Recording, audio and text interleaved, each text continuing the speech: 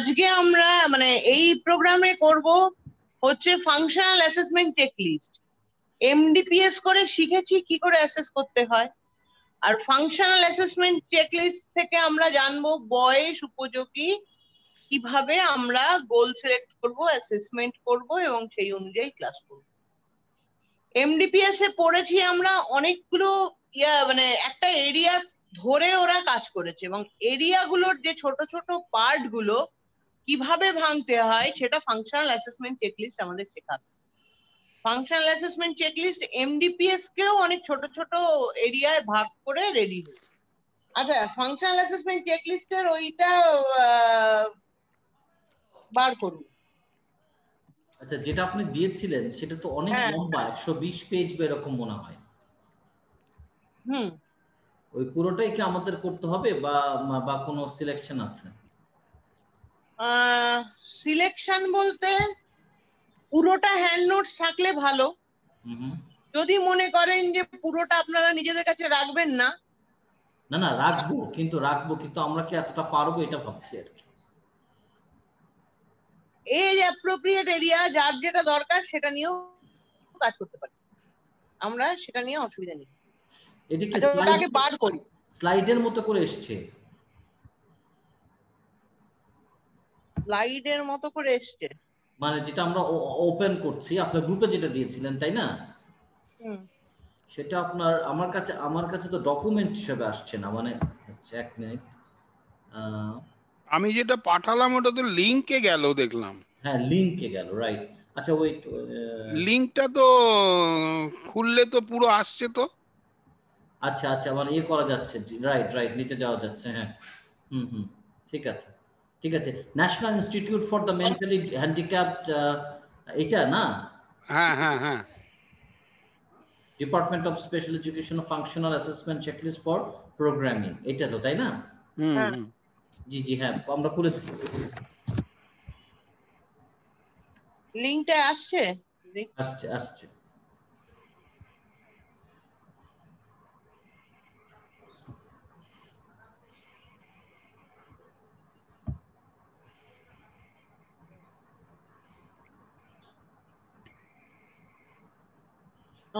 আমি ওরকম ভাবে যাচ্ছি না। আমি লিংক সবার আসছে, সবাই পাচ্ছ?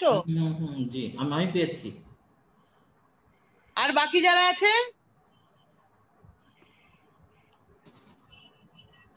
জি জি দিদি পেয়েছি। পেয়েছো? দাঁড়াও, লিংকটা আমি ঢুকি। ভাই এটা কি আমাদের গ্রুপে দিয়ে দেওয়া হয়েছে না? এই গ্রুপটার মধ্যে আছে, দেখেন। আচ্ছা আচ্ছা, আমি তো দেখিনি। ওটা আমরা কি ইয়ে করে নিব? 1 2 করে নিব। যাও, এই ডায়াগ্রামটা দেখতে পাচ্ছ সবাই? ডায়াগ্রাম দেখছি, দেখা যাচ্ছে? জি দেখা যাচ্ছে। প্রমোশন প্রসিডিউর ওইটা? আচ্ছা এক মিনিট, এই ডায়াগ্রামটা হচ্ছে প্রমোশন প্রসিডিউর। হ্যাঁ প্রমোশন প্রসিডিউর। এই ছকটা আমাদের ফাংশনাল অ্যাসেসমেন্ট চেকলিস্টের মেন লিস্ট। এটা দিয়ে আমরা কাজ করব। আমার বাচ্চা যখন 3 থেকে 6 বছর বয়স হবে, যাদের বাচ্চা 3 থেকে 6 বছর বয়স, কাদের বাচ্চা? কজন আছো যাদের 3 থেকে 6 বছর বয়স? জি আমার ছেলে 5 বছর বয়স। 3 থেকে 6 বছরের মধ্যে আছে। জি, যে প্রাইমারি চেকলিস্টটা করবে, প্রিন্ট আউট করবে। প্রি প্রাইমারি বলেছে, প্রি প্রাইমারি না primary? Primary, sorry, pre primary চেকলিস্টটা করবে। 3 থেকে 6 বছর বয়স বাচ্চা প্রি প্রাইমারি চেকলিস্টটা ফলো করবে। আচ্ছা, 7 থেকে 10 বছর বয়স সাহান আছে। আমার বাচ্চা, হ্যাঁ। জি দিমি কাছে দিদি। আপার বাচ্চা, হ্যাঁ। ঠিক আছে, সাহান আছে। নামগুলো লেখো তো একজন কেউ।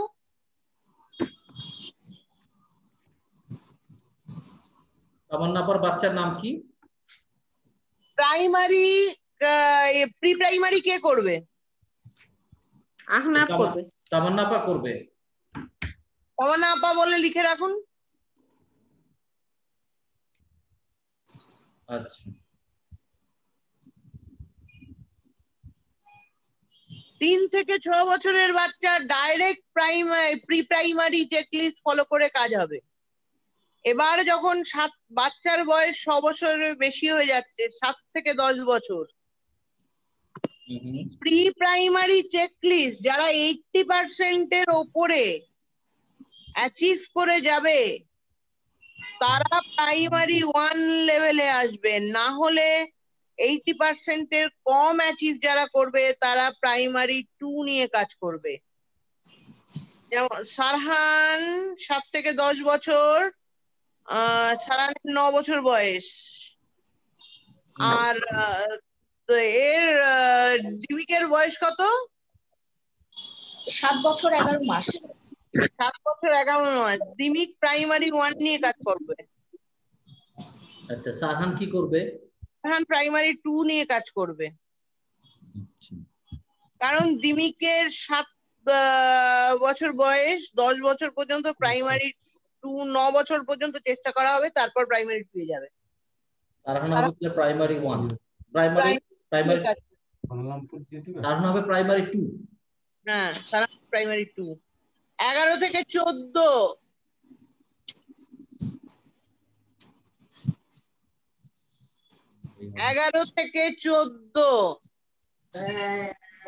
বাচ্চার বয়স। বিলকিস আপা জয়েন করেছে। বিলকিস বাচ্চার বয়স কত জানো? আমার মনে হয় এটার মধ্যে পড়বে। বিলকিস নামের বাচ্চার বয়স কত?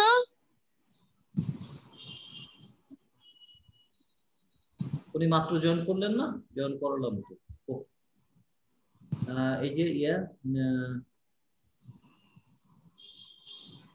বিলকিস আপা আছেন? দিদি আমার ছেলের বয়স 13 প্লাস। রাইট। সেকেন্ডারি পড়বে। সেকেন্ডারি তুমি সেকেন্ডারি চেকলিস্টটা করবে, প্রিন্ট আউট করবে। Secondary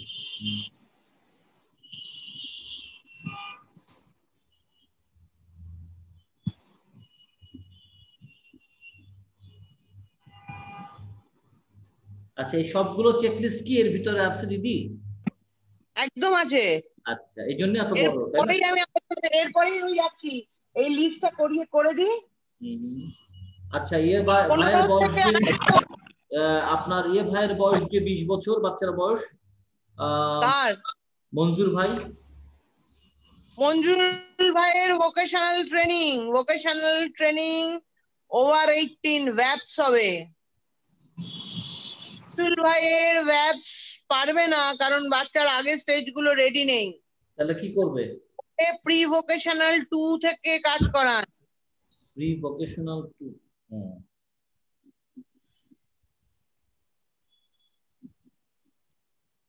pre vocational 2। ঠিক আছে ঠিক আছে। আর আছে আমাদের মধ্যে আর কি আছে? সাইমা আছে, ওর তো বাচ্চা নাই, মানে দ্যাট ইজ ও তো টিচার। ও এখন জয়েন করার পর ওকে বলতে হবে আর কি যে কোনটা নিয়ে কাজ করবে। সাইমা আর শেখর দা দুজনের ওপর পুরো চেকলিস্ট করার দায়িত্ব।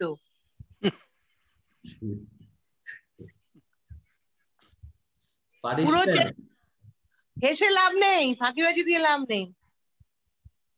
দিদি সাইমা আপু মনে হয় পারবেন না। উনি আমাকে আগেই রিকোয়েস্ট করেছেন যে উনি খুব কষ্ট করে সেশনে আসছেন সময় বের করে, ওরা নাকি খুব স্কুলের চাপ। আচ্ছা তাতে কি হয়েছে? স্কুলের চাপ তো ভালো তো। স্কুলটাকে ইউজ করবে, স্কুলের বাচ্চার উপরেই কাজ করবে, তাই তো? একদম স্কুলের বাচ্চার উপরে কাজ করবে। আচ্ছা আমি বলে দিব যে অ্যাটলিস্ট আপনার সাথে ফোন করে একদিন কথা বলে নিবে, আপনি করে দিবেন, বুঝিয়ে দিবেন। একদম বরঞ্চ ওর ক্ষেত্রে সুবিধা, ওই জন্য তো ওপেন জায়গা দিলাম সাইমা শেখর দাকে। এবার লিস্টটা পুরো প্রমোশন প্রসিডিওরটা ভালো করে দেখো। আমার যে এর বাইরে কিন্তু কোনোভাবে বাচ্চাকে কিচ্ছু করানো সম্ভব না।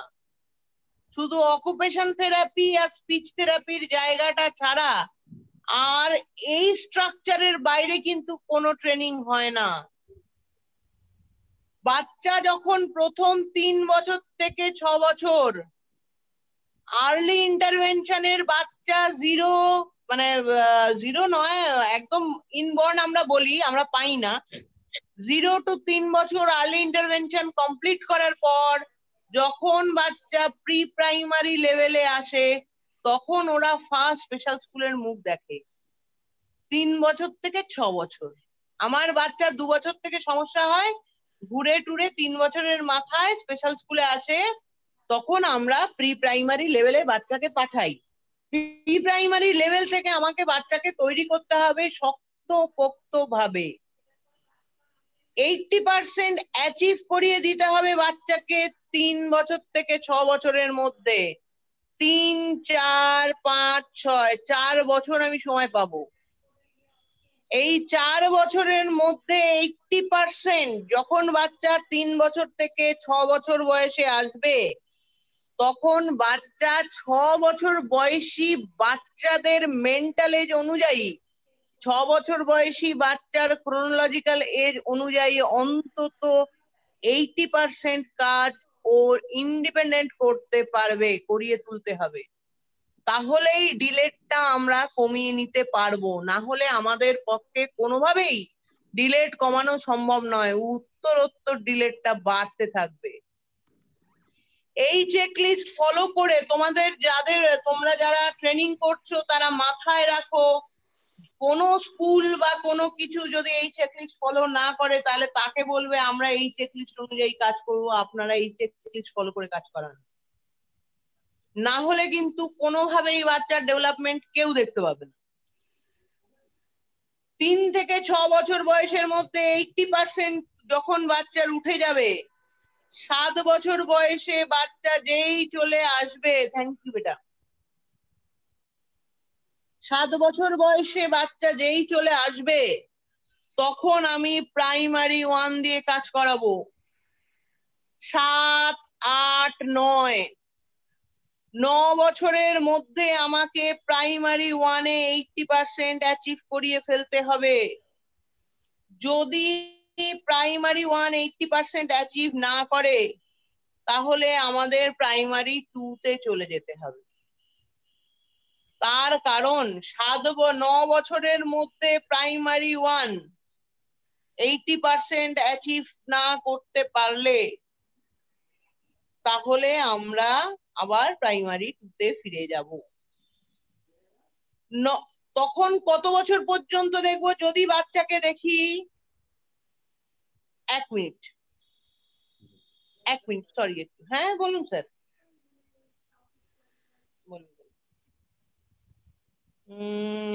আপনি চলে যাওয়ার পর প্রচন্ড খিদে পেয়েছিল, খেতে গেছিলাম, তারপর থেকে মেশিন নিয়ে হাত দিইনি, আবার কাজ দিই। না না ঠিক আছে ম্যাডাম, যেটুকু দেখেছেন ঠিক আছে। এই জাস্ট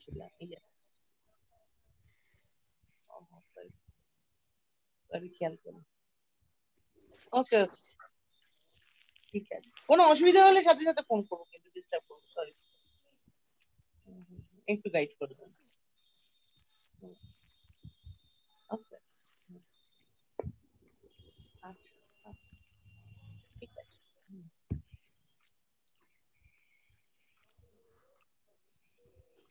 এবার প্রাইমারি 2-তে আমার 9 থেকে 14 বছর পর্যন্ত টাইম পাবো। 9, 10, 11, 12, 13, 14, 6 বছর। এই 6 বছর খুব ভালো করে মাথায় ঢুকিয়ে নাও। প্রাইমারি 2টা খুব কমপ্লিকেটেড আছে, ফাংশনাল অ্যাসেসমেন্ট চেকলিস্ট। কিন্তু প্রাইমারি 2টা 14 বছর পর্যন্ত বাচ্চাকে ডেভেলপ করি, আমাকে 80% তুলতে হবে, এটা আমার টার্গেট পিরিয়ড। তারপরে আমাকে আসতে হবে সেকেন্ডারিতে। যদি 14 বছর 11 বছরের মধ্যে যদি 80% ডেভেলপ হয়ে না যায়, 80% কম ডেভেলপ হয়, তাহলে 14 বছর পর্যন্ত আমার প্রাইমারি 2-তে ওয়েট করতে হবে। 14 বছরের মধ্যে যদি 11 বছরের মধ্যে 80% কমপ্লিট না করতে পারি, এখানে আমার এজ এক্সটেন্ড করবে, 14 বছরের মধ্যে আমাকে ডেভেলপ করাতেই হবে।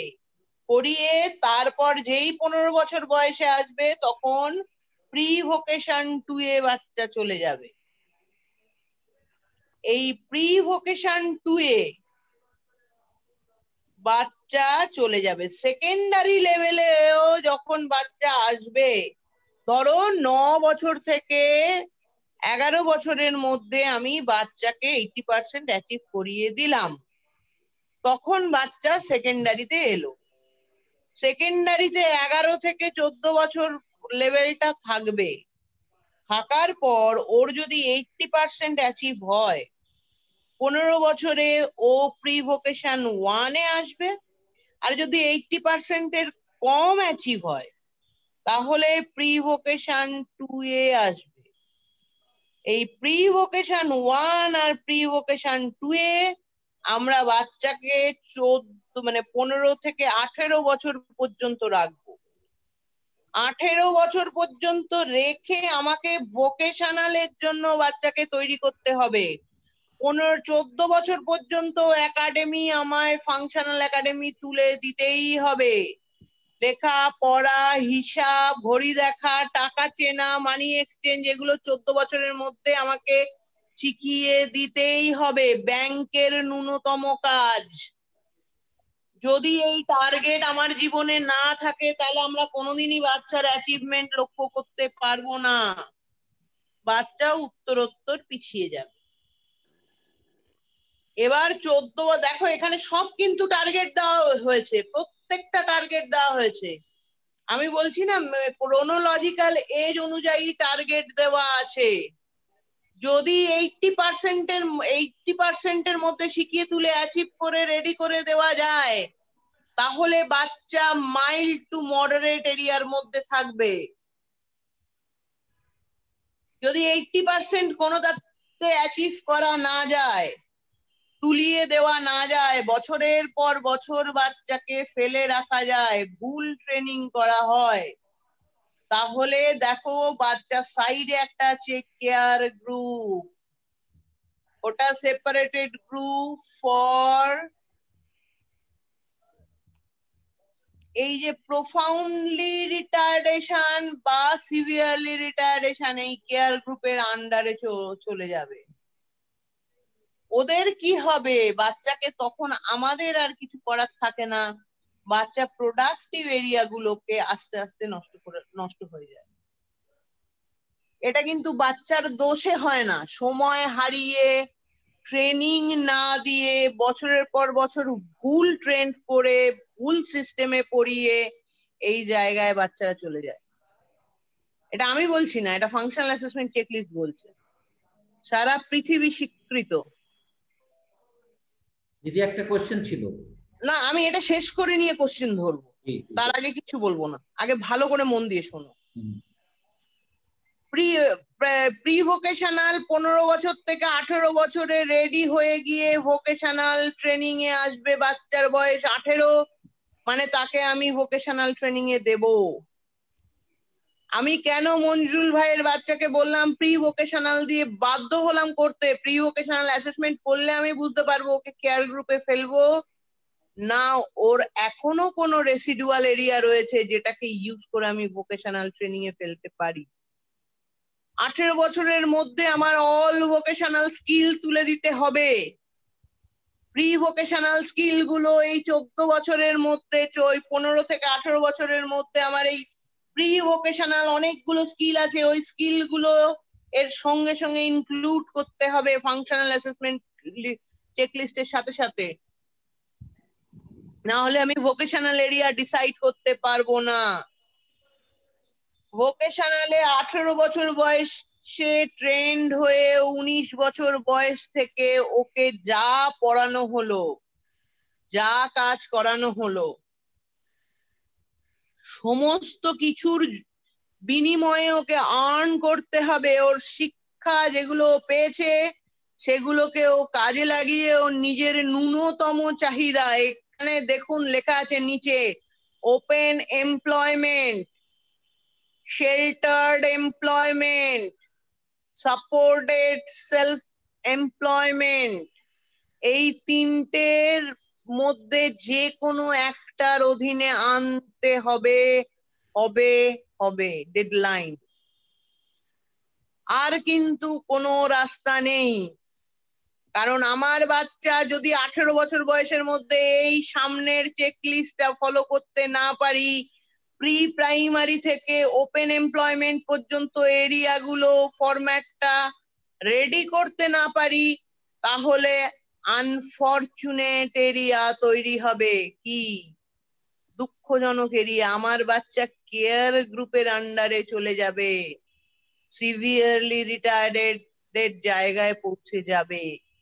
তখন এই কেয়ার গ্রুপ মানে সাপোর্টেড গ্রুপ, এই সাপোর্টেড গ্রুপ নিয়ে আলাদা করে তখন আমাকে ভাবতে হবে। এইটা দুঃখজনক, চরম দুঃখজনক। সুতরাং এই ফরম্যাটটা মাথায় ঢুকিয়ে নাও, মাথায় ঢুকিয়ে নাও। আজ 3 থেকে 6 বছর বয়স যার বাচ্চা, কাল তার বাচ্চার বয়স 7 থেকে 10 বছর হবে। কেউ যদি মনে করে প্রি প্রাইমারি লেভেলটা শিখিয়ে নিতে পারলেই হয়ে গেল আমার, চলবে না। কাল যখন 7 থেকে 10 বছর হবে তখন প্রাইমারি 1 নিয়ে কাজ করতে হবে। 9 বছরের মধ্যে প্রাইমারি, প্রি প্রাইমারি, প্রাইমারি অর্ধেক ডেভেলপ করিয়ে দিতে হবে, তারপরে ও প্রাইমারি 2 তে যাবে।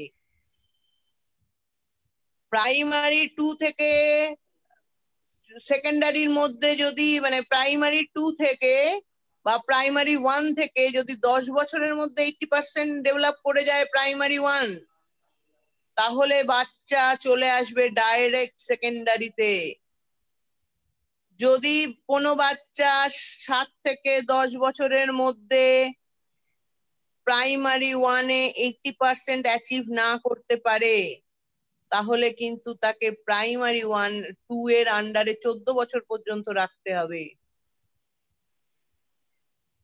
14 বছর পর্যন্ত 9 থেকে বা 10 থেকে 14 বছর পর্যন্ত প্রাইমারি 2 এর আন্ডারে রেখে আমাকে অ্যাচিভ করিয়ে দিতে হবে। দেখো, প্রাইমারি 2, প্রাইমারি 1, হয় প্রাইমারি 1 এর আন্ডারে রেখে বাকি প্রাইমারি 2 এর আন্ডারে রেখে 14 বছরের মধ্যে আমায় যা কিছু করে হলেও 80% অ্যাচিভ করতে হবে, তবে আমার বাচ্চা সেকেন্ডারিতে যাবে। খেয়াল করেছো চারটা? সেকেন্ডারিতে 11 থেকে 14 বা 14 বছরের মধ্যে যদি আমার প্রাইমারি 2 80% ডেভেলপ হয়ে যায়, তখন ডাইরেক্ট প্রি ভোকেশন 2 তে আনা যাবে।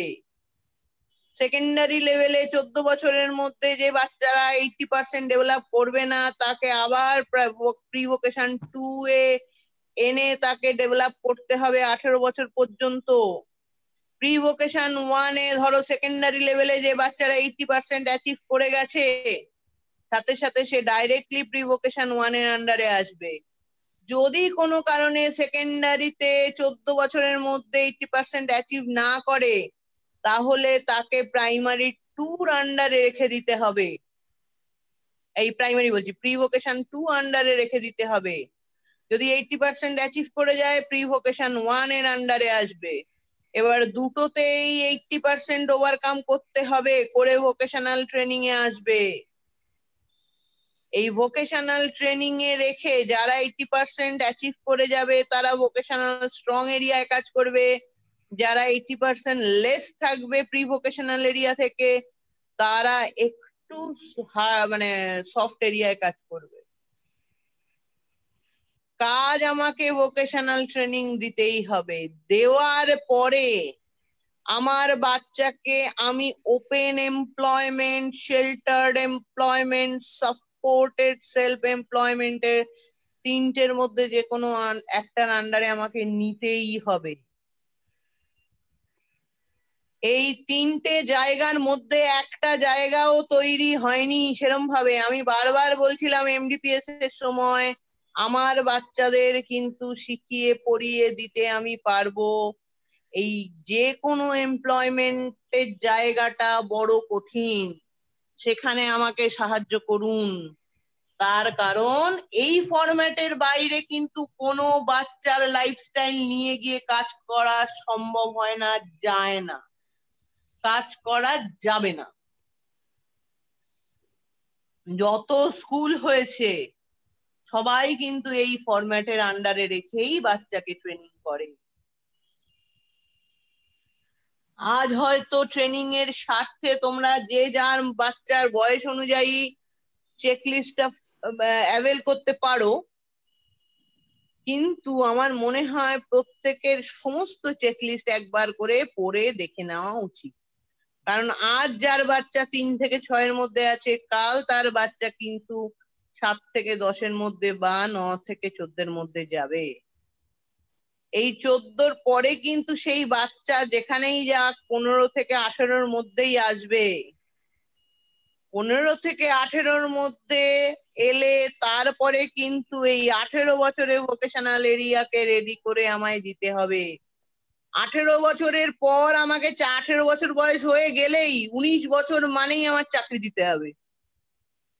এটা হচ্ছে ল। চাকরি সংরক্ষণ করতেই হবে, বোঝাতে পারলাম? না হলে আনফরচুনেট, খুব দুঃখজনক ভাবে আমাকে ডিক্লেয়ার করতে হবে তোমার বাচ্চা কেয়ার গ্রুপের আন্ডারে। বাচ্চার কিন্তু কোনো দোষ ছিল না, বাচ্চার সমস্ত এবিলিটি ছিল। 3 বছর বয়স থেকে 6 বছরের মধ্যে আসতে গেলে যে স্কিল গুলোকে ডেভেলপ করতে হয়, সেগুলো না করার ফলে বাচ্চা পিছিয়ে যেতে যেতে আলটিমেট কেয়ার গ্রুপের আন্ডারে চলে গেল। ও আনফরচুনেট জায়গাটা। যাই হোক, মাথায় ঢুকলো সবার? কঠিন জায়গা কিন্তু। ফরম্যাটটা ভালো করে দেখো এবার, সবার যা যা কোশ্চেন আছে বলো। না, কোশ্চেন বলতে এটা মানে এই চার্টটা বা এই এটা ডকুমেন্টটা, যেরকম এমটিপিএসটা চেন্নাইয়ের ছিল, এটা কাদের করা? হ্যাঁ, এটা কাদের করা বা NIMH এর করা। আচ্ছা, এটা সেকেন্দ্রাবাদ দেখলাম, সেকেন্দ্রাবাদ, হ্যাঁ মানে হায়দ্রাবাদে। NIMH, national institute of mental health. হ্যাঁ এটা লেখা আছে অবশ্যই এখানে। এটা জায়গাটা খেয়াল করি, জায়গাটা কোথায়? এটা ইনস্টিটিউটটা সেকেন্দ্রাবাদে, তাই সেকেন্দ্রাবাদের অ্যাড্রেস দিয়েছে। সারা ভারত জুড়ে national institute of mental health চেকলিস্টটা ফলো করা হয় সারা ভারত জুড়ে। মানে এটা সব পুরো এবং ভারতে এটা সারা পৃথিবী স্বীকৃত চেকলিস্ট। ঠিক আছে। সারা পৃথিবীতে এই ফরম্যাট নিয়েই কাজ করা হয়, সারা পৃথিবীতে। এটা আমরা করতে পারলে, ডাউনলোড করতে পারলে, আমি ডাউনলোড করার কোনো অপশন দেখছি না। এটা খুললে আপনার পড়া যাবে, কিন্তু এটা ডাউনলোড করে কেউ যদি প্রিন্ট করতে চায় বা বলেছো প্রি প্রাইমারি, একদম প্রিন্ট করতে হলে পাসওয়ার্ড চাচ্ছে, এরকম কিছু করা যাচ্ছে না। আমি সবাইকে হোয়াটসঅ্যাপে পাঠাতে পারি। আমি সোমাকে হোয়াটসঅ্যাপে পাঠিয়ে দিচ্ছি। সোমা, তুমি বরঞ্চ সবাইকে হোয়াটসঅ্যাপ করে দাও।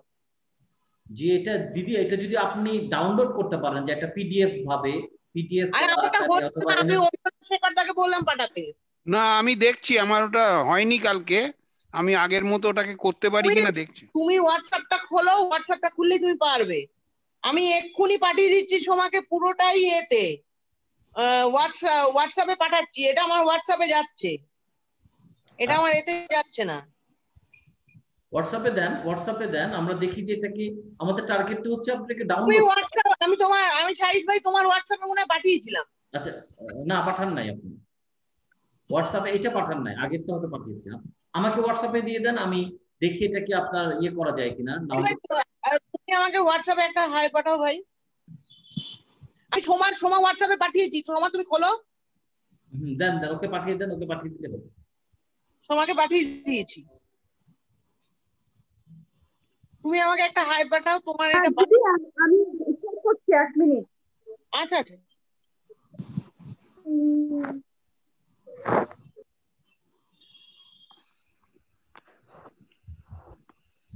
পাঠালাম, ঢুকলো তোমার এতে। শাহিদ ভাই আমাকে একটা হাই পাঠাও। 1 মিনিট দেখছি।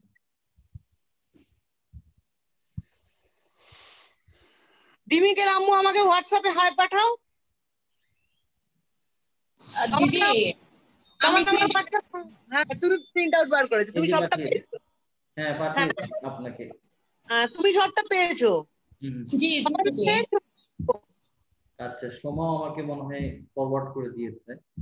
ফরওয়ার্ড করে দিয়েছে, তখন না পেয়েছো? এই যে এফএসিপি পিডিএফ, আচ্ছা ঠিক আছে, এখানে পিডিএফ আকারই আছে, যে আপনিও পাঠিয়েছেন। আমি মঞ্জুরুল ভাইকেও পাঠিয়ে দিচ্ছি। আমি দেখছি, তাহলে আমি দেখছি এখান থেকে এটা যদি এখন তো হ্যাঁ এখান থেকে তো করা যাবেই, ভাবছি যে কেউ যদি না ওখান থেকে আমি কালকে চেষ্টা করেছিলাম যাতে ইয়েতে পাঠাতে পারলাম না, তখন আমি লিঙ্কে পাঠাতে পারছি না ইয়েতে। হ্যাঁ ওটা আমি দেখছি, ওটা দেখছি এখান থেকে ডাউনলোড করে, এখান থেকে ডাউনলোড করে করতে করা যায় কি? হ্যাঁ হ্যাঁ যাবে যাবে, আমি কালকে হয়নি আমার। আপনি বলছেন যে এখন যার যার মানে প্রাইমারি ভাবে যার যার বাচ্চার যে অংশটা লাগবে সেটুকু নিয়ে কাজ করব আমরা। প্রাইমারিলি এই কোর্সের মধ্যে যার যার বাচ্চা যে অংশটা লাগবে সেই অংশ নিয়ে কাজ করি, তাহলেই অনেকটা বুঝতে পারবো। মঞ্জুরুল ভাইকেও পাঠিয়ে দিলাম। মঞ্জুর ভাইকে জয়েন করেনি কেন বুঝতে পারছি না। মঞ্জুরুল ভাই এতে রয়েছেন নেত্রকোনা। উনি বললেন উনি ফিরতে উনার অনেক দেরি হবে, বললেন আমাকে, আমি শুনবো, কিন্তু আমি হয়তো রিপ্লাই করতে পারবো না। আচ্ছা আচ্ছা আচ্ছা ঠিক আছে। এটা অবশ্য মানে অনলাইন ক্লাসের একটা সুবিধা, যে কোনো জায়গাতে যান নেটওয়ার্ক থাকলে আপনি সেখান থেকে জয়েন করতে পারবেন। তো উনি হয়তো কোনো কাজের মধ্যে আছেন, সেটা হতে পারে। তাহলে দিদি আজকে কি আমরা আর কিছু করব? আপনার আর কারো কিছু বলার আছে? আপনার কোশ্চেন ছিল, প্রশ্ন ছিল কিছু, বলুন। এই প্রশ্নটাই যে এই লিস্টটা কাদের করে এটা জানতে হবে। না এই যে একটা প্রশ্ন হচ্ছে, এই যে 18 বছর থেকে ভোকেশনাল, এদের কতদিনের মধ্যে এই ভোকেশনাল থেকে এমপ্লয়মেন্টে নিয়ে যাওয়া যাবে? 18 বছর পর্যন্ত আমি ভোকেশনাল ট্রেনিং এ রাখবো। 18 বছর গিয়ে 19 বছরে যেদিন পা দেবে সেদিন থেকে open employment, sheltered employment, supported self employment, এই তিনটের মধ্যে যে কোনো একটার অধীনে আনতেই হবে। না পারলে তখন কি আবার কি কেয়ার গ্রুপে চলে যাবে?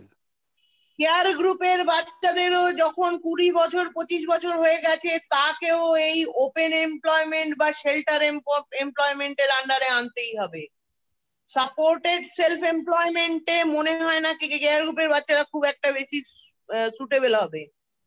ওপেন এমপ্লয়মেন্ট যদি থাকে, সেখানে বাচ্চা শুধু ওই আঠা লাগাতে পারছে, খাম বানাতে পারছে, শুধু আঠা লাগাতে পারছে, ওর একটা আঙুল কাজ করছে, ওকে ওই ভাবে কাজ করিয়ে, বা হয়তো কোনো একটা মেশিনের একটা নব পুশ করলে সেইখান থেকে অনেক প্রোডাকশন বেরোয়, সেই রকম কোনো কাজে তাকে ইনভলভ করা। সে নব যদি আঙুল দিয়েও পুশ না করতে পারে, জিভ দিয়ে পুশ করতে পারে, তবুও তাকে ওই কাজটা শিখিয়ে তোলা, যে জিভ দিয়ে সে পুশ করছে, সে হাতের আঙুল দিয়ে না পুশ করতে পারে, পায়ের আঙুল দিয়ে, বুড়ো আঙুলটা যদি তার অ্যাক্টিভ থাকে ওটাকে থেরাপি দিয়ে রেডি করিয়ে ওটা দিয়ে পুশ করে ও প্রোডাকশন তৈরি করবে কিছু না কিছু।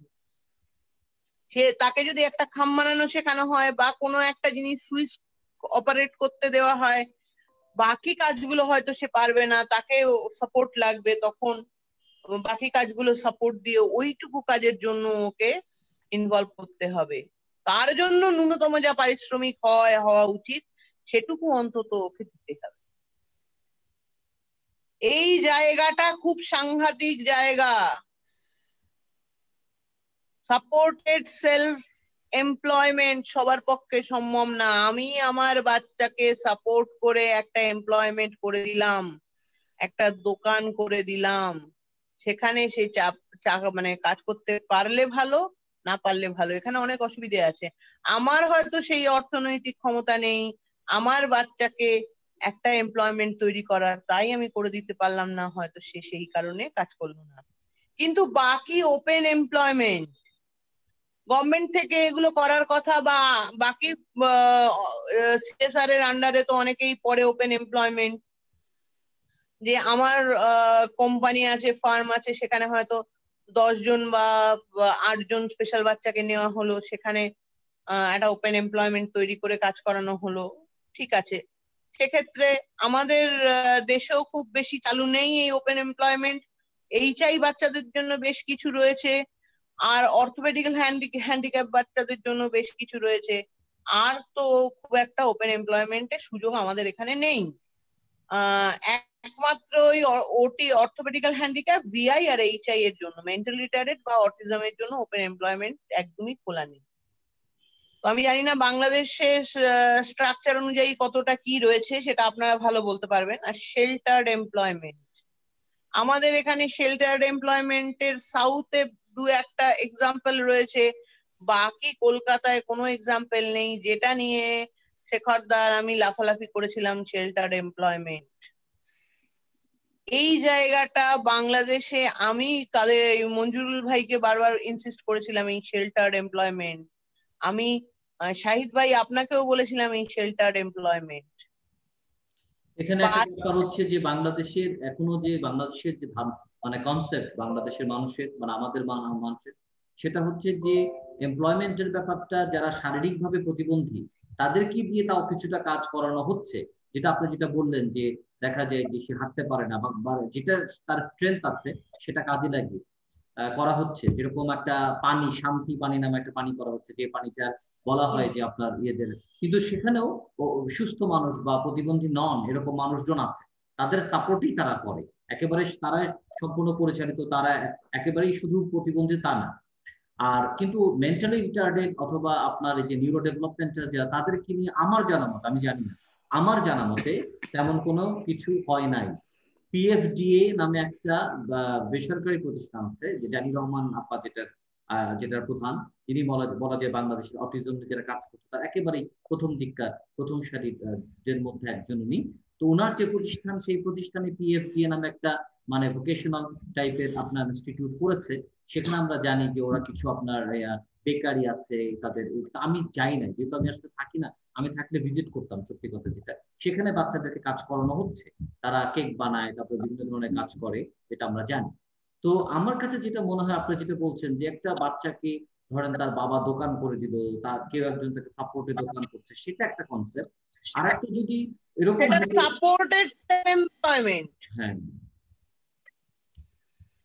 বাচ্চা, সেটা তো বাবা ব্যক্তিগতভাবে দোকান করে দেবেন, বাচ্চাকে কিভাবে তার এমপ্লয়মেন্ট দেবেন সেটা বাবা মার ব্যক্তিগত ব্যাপার।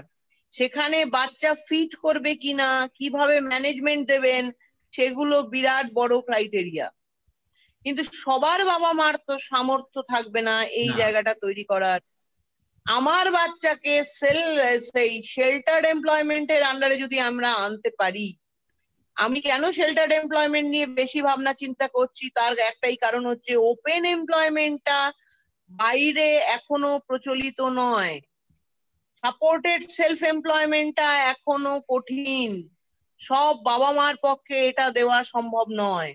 কিন্তু সবাই মিলে সবার উদ্যোগে যদি আমরা একটা শেল্টার্ড এমপ্লয়মেন্ট করতে পারি, সেটাই বলছিলাম, এমন একটা জায়গা আমাদের সবার কাছাকাছি, সেখানে বাচ্চারা এসে কাজ করবে, ওখানেই ওরা থাকবে এবং ওখানেই ওরা বাকি কাজগুলো ডেভেলপ করবে। ধরুন ওইখানে রুটি বানানো হবে, যে বাচ্চা রুটি আটা মাখতে পারে সে আটা মাখবে, তার ওটাই কাজ, ডো বানানো। যে বাচ্চা বেলতে পারে সে রুটি বেলবে, যে বাচ্চা ভাজতে পারে সে রুটি ভাজবে। পুরো রুটি প্রোডাক্ট হলো কেউ নিয়ে গিয়ে বাইরের হোটেলগুলোতে সেল করলো বা বাইরের রেস্টুরেন্ট গুলোতে সেল করলো, তাহলে সেখান থেকে একটা এমপ্লয়মেন্ট বাচ্চার আসছে, টাকা আসছে। সেই টাকাটা আমার বাচ্চার মানে মেকিং মানে মেটেরিয়াল কস্টটা বাদ দিয়ে একটা লেবার কস্ট সে পাবে। এইটা মনে হয় সব জায়গাতেই, যদি যারা যারা আছেন, যাদের বাচ্চা আছে, বা তারা যদি নিজেরা উদ্যোগ নিয়ে সেইখানকার এলাকার বা কিছু এইরকম ধরনের সবাই মিলে। ওপেন এমপ্লয়মেন্ট নিয়ে ভাবতে পারবেন না। ওপেন এমপ্লয়মেন্ট হচ্ছে যারা ফ্যাক্টরি করছে তারা যদি আমার স্পেশাল বাচ্চা, মেন্টালি চ্যালেঞ্জ বা অটিস্টিক বাচ্চা নিতে চায়, বা গভর্নমেন্ট 3% যে রিজার্ভেশন দিচ্ছে, 4% রিজার্ভেশন দিচ্ছে, গভর্নমেন্ট যদি মেন্টালি চ্যালেঞ্জ অটিজম নিয়ে ভাবতে চায়, ওদের ওখানে নিতে চায়, তাহলে সেটা তাদের ব্যক্তিগত ব্যাপার, কিন্তু গভর্নমেন্ট এই নিয়ে ভাবেনি। যেই না সেন্ট্রাল গভর্নমেন্টে ছিল, সেন্ট্রাল গভর্নমেন্ট, তুমি এটা বলো না, সেন্ট্রাল গভর্নমেন্টের 4% আছে, কিন্তু সেখানে অটিস্টিক বাচ্চাদের কোনো স্থান নেই। না না, আমি বলছি অটিস্টিক বলে না, আমরা যখন ছিলাম আমাদের কাছে তো এত ক্লিয়ার আইডিয়া ছিল না, কিন্তু আমরাও যেখানে দেখতাম মোটামুটি যাকে দিয়ে সে আসতে পারবে নিজে থেকে এবং যেতে পারবে, বাড়ি ফিরে যেতে পারবে। সেন্ট্রাল গভর্নমেন্টের যখনই তোমার চাকরির সুযোগ হয় তখনই একটা ক্রাইটেরিয়া আছে, মেডিকেল সার্টিফিকেট আনতে হয়। না না, আমি বলছি তো সেইটা দেখে। শোনো, আমার কথাটা শোনো, আমার কথাটা শেষ করতে দাও। আজকে আমার বাচ্চা মেন্টালি ফিট, শারীরিক ফিট, এই সার্টিফিকেটটা নেওয়া হয়। ডিসেবিলিটি আছে কিন্তু মেন্টালি ফিট ক্রাইটেরিয়া, তবেই ওর চাকরি হচ্ছে। যদি মেন্টালি ফিটনেস না থাকে, মেন্টাল ফিটনেস নেই, সেই জায়গায় অটিজম লেখা আছে, মেন্টাল রিটার্ডেশন লেখা আছে, সেখানেই রিজেক্ট হয়ে যাচ্ছে, তাদের কিন্তু কোনো জায়গা নেই। না আমাদের ওখানে ছিল একটা, আমি তো নিজেই জানি, আমার ওখানে ছিল ব্যানার্জি, ও আর কি ওই ধরনের। কিন্তু ওগুলো কি হয়েছে, গভর্নমেন্ট তখন একটা চেষ্টা করেছিল নেওয়ার, কিন্তু এখন তো গভর্নমেন্ট নিজেই তো সমস্ত কিছু তো ডিন্যাশনালাইজ করছে। ওপেন এমপ্লয়মেন্ট নিয়ে ভেবে আমাদের লাভ নেই। আমাদের যেটা ভাবতে হবে, আমাদের শেল্টার এমপ্লয়মেন্ট ছাড়া কিছু নেই। বাচ্চা একটা জায়গায় থাকবে, সেখানে কাজ করবে, শনি রবিবার সে বাড়ি যাবে। কি কাজ করবে? সেখানে সমস্ত প্রোডাকশন, আজকে ফিনাইল হবে, কেক হবে, বিস্কিট হবে, রুটি বানানো হবে, বা যদি ওয়েবসাইট হিসেবে চালু করে যারা রান্না করতে পারে তারা রান্নার কিছু করতে পারে, বা চানাচুর প্রোডাকশন এই ধরনের কাজ করতে পারে, মশলা বানানো হতে পারে। শনি রবিবার বাড়ি গেলে তো তাদের থাকতে হবে বাকি 5 দিন। হ্যাঁ, শেল্টার এমপ্লয়মেন্ট মানে তো তাই, এমপ্লয়মেন্ট এরিয়ার মধ্যে থাকা। বাড়ি যাবে কেন? বাড়ি যাবে কেন যদি বাড়ি যাওয়ার অবস্থা না থাকে কোন একটা বাচ্চার? তাহলে হ্যাঁ, রেসিডেন্সিয়াল, ওই তো রেসিডেন্সিয়াল করতে হবে, সেই রেসিডেন্সিয়ালে থাকা। রেসিডেন্সিয়াল আর শেল্টার এমপ্লয়মেন্ট একদম আলাদা। রেসিডেন্সিয়াল মানে সেখানে সে থাকবে, আর শেল্টার এমপ্লয়মেন্ট মানে আমি আমার ফ্যাক্টরির একটা কোয়ার্টার নিয়ে থাকলাম। সেটাই বলছি। না না, এটা ঘুরিয়ে একই হলো, মানে তাকে থাকতে হবে ওখানে। আমি রেসিডেন্সিয়ালে সাপোর্টেড নই। না না, রেসিডেন্সিয়াল বলতে কি, তার যেখানে ফ্যাক্টরি সেইখানে তাকে থাকতে হবে, সেটা আমি আমার ফ্যাক্টরি কোয়ার্টার নিয়ে আমি থাকতে পারি। আপনি যেটা দিদি যেটা বলতে চাচ্ছেন, আমি যেটা বুঝলাম, একটা তো হচ্ছে যে মানে আপনার প্রতিষ্ঠান আছে, মানে অন্য লোকের প্রতিষ্ঠান, সেই প্রতিষ্ঠানে তারা প্রতিবন্ধী বাচ্চা নেবে কি নেবে না, প্রতিবন্ধী মানুষদেরকে নেবে কি নেবে না, সেখানে ওপেন এমপ্লয়মেন্ট বলছেন আপনি সম্ভবত, তাই তো?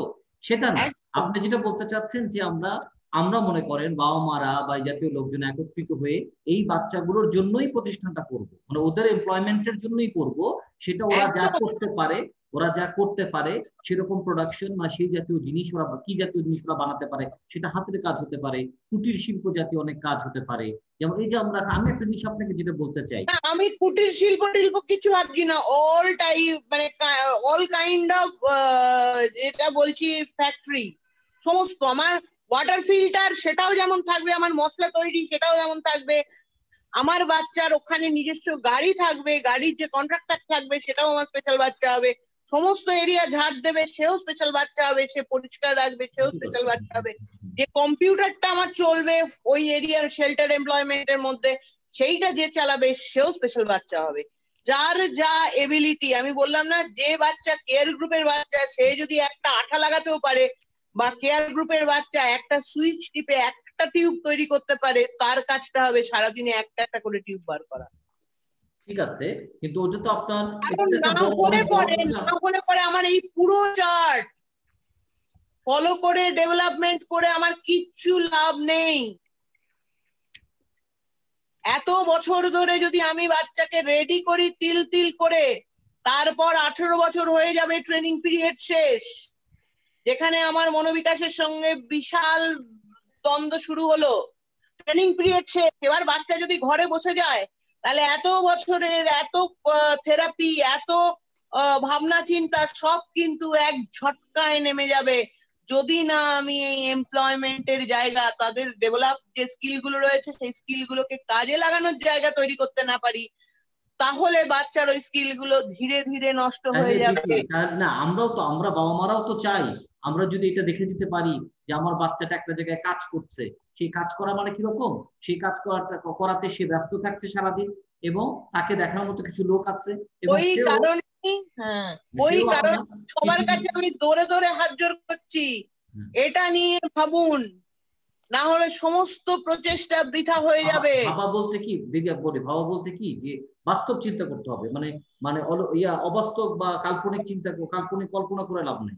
বাস্তব যেটা বাংলাদেশের প্রেক্ষাপটে আমাকে ধরে নিতে হবে, আমি যদি বাংলাদেশে করতে চাই বাংলাদেশি হিসেবে সরকার থেকে মনে করেন কোনো সাপোর্ট পাওয়া যাবে না, ওটা নেগেটিভ ধরে নিয়েই কাজ শুরু করতে হবে। মনে করেন কোনো সাপোর্ট পেলাম না, তাহলে এটি কিন্তু একটা বড় মানে টাকা পয়সার আয়োজনের ব্যাপার, জমি জমা আছে, তারপরে হচ্ছে আপনার যেটা বলছেন একটা প্রোডাকশনের ব্যাপার আছে, লস অ্যান্ড প্রফিটের ব্যাপার আছে, এই বাচ্চাগুলো যে কাজ করবে তাদের আপনার থাকা খাওয়া এগুলোর ব্যাপার আছে, সেটা আপনি 2 দিন থাকুক আর 5 দিন থাকুক সেটা ব্যাপারটা আলাদা।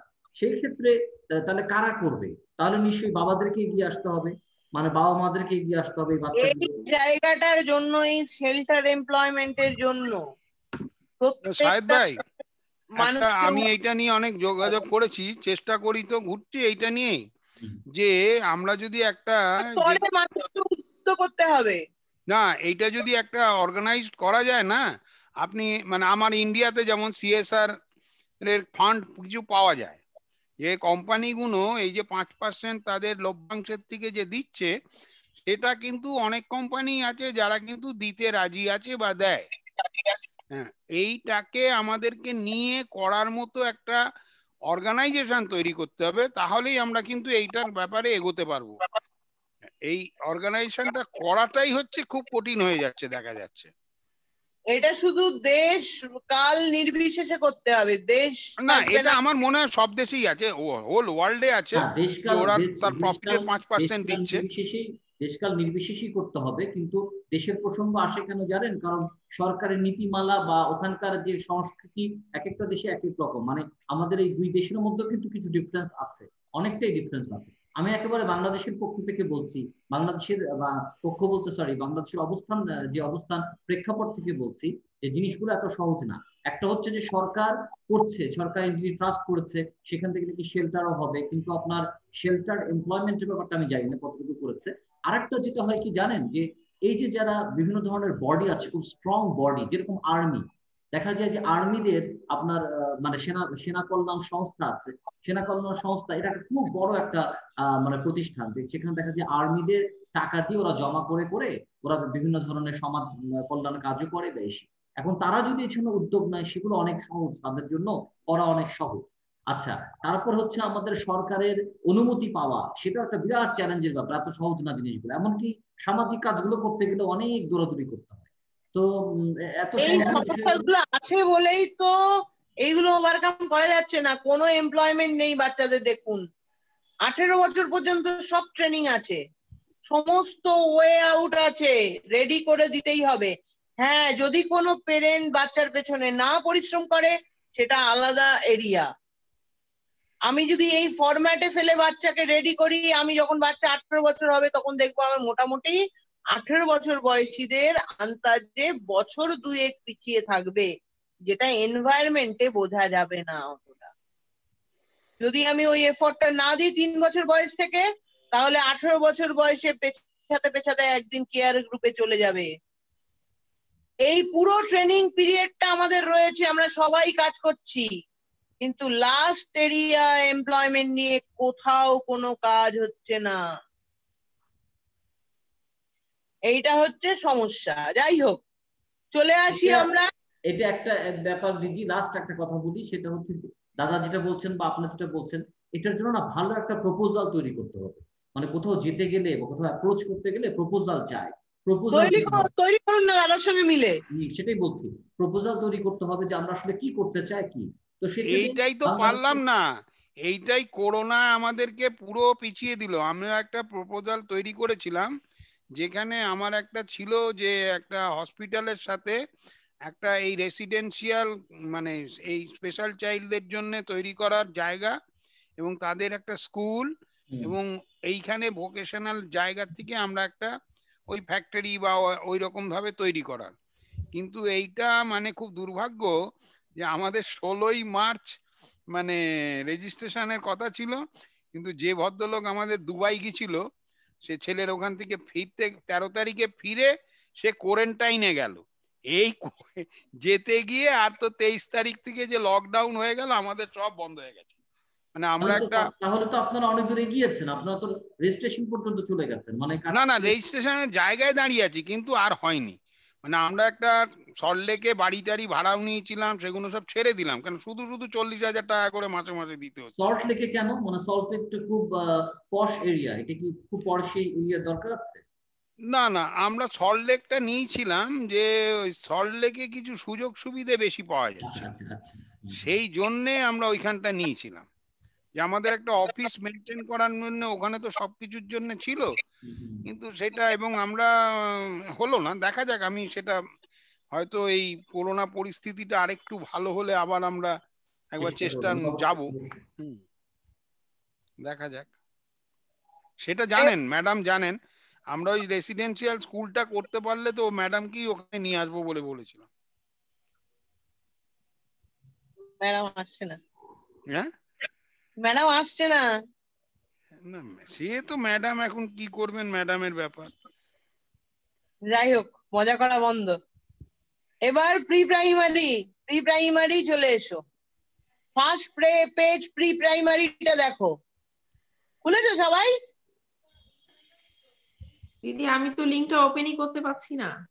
তোমার না হোয়াটসঅ্যাপ আছে তোমার? জি আমার হোয়াটসঅ্যাপ আছে তো। তুমি আমাকে একটা হাই পাঠাও আমার হোয়াটসঅ্যাপে, আমি তোমাকে লিংকটা পাঠাচ্ছি।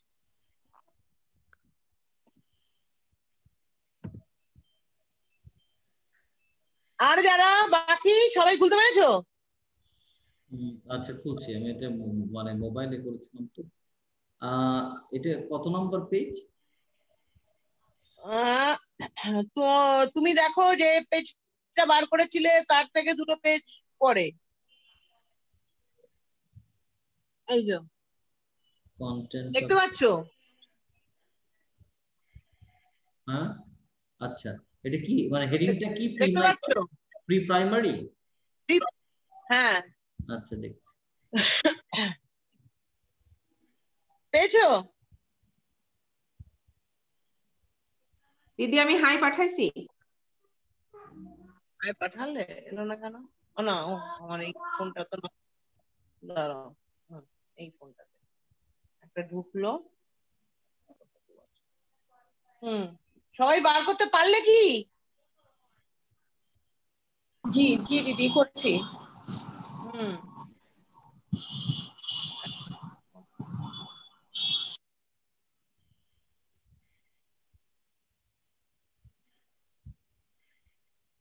যে first year, second year, third year, এটা এই জায়গাটা? হ্যাঁ first year, second year, third year. ওর আগের পেজটা ও হচ্ছে না, মানে ব্ল্যাঙ্ক আসছে কেন পেজটা? দাঁড়াও, অ্যাকনলেজমেন্ট হয়ে গেল, তারপরে কিন্তু দুটো পেজ ব্ল্যাঙ্ক আসছে। শাহিদ ভাই তুমি এক কাজ করো, ইয়েতে হোয়াটসঅ্যাপ থেকে খোলো। যে আমি তাই করছি, হ্যাঁ হোয়াটসঅ্যাপ থেকে করি। আর হোয়াটসঅ্যাপটা যদি ডাউনলোড করে সবাইকে ওই গ্রুপে দিয়ে দিব আমি তাহলে। হ্যাঁ তোমার হোয়াটসঅ্যাপ থেকে খোলো, হোয়াটসঅ্যাপ থেকে সবার খুলবে। তোমার না পাঠিয়ে দিয়েছি দেখো। আচ্ছা, আর তবে সাইদ ভাই আমাদের যদি ওই প্রিন্ট আউট করা যায় সেটাই সুবিধা হয় তাহলে। কাগজটা প্রিন্ট আউট করে নিতে পারবে। আচ্ছা আচ্ছা আচ্ছা আচ্ছা, তুমি সাইবারে গিয়ে হোয়াটসঅ্যাপ থেকে প্রিন্ট আউট করে নিতে পারবে। দেখো তোমাকে আমি পাঠিয়েছি, তুমি খোলো হোয়াটসঅ্যাপটা। আচ্ছা দেখছি।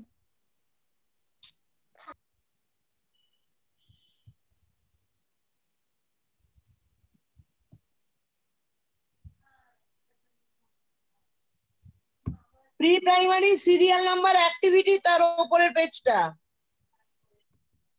লেখা আছে ফার্স্ট ইয়ার। হ্যাঁ ফার্স্ট ইয়ার, সেকেন্ড ইয়ার, ফার্স্ট টার্ম, এগুলো লেখা আছে।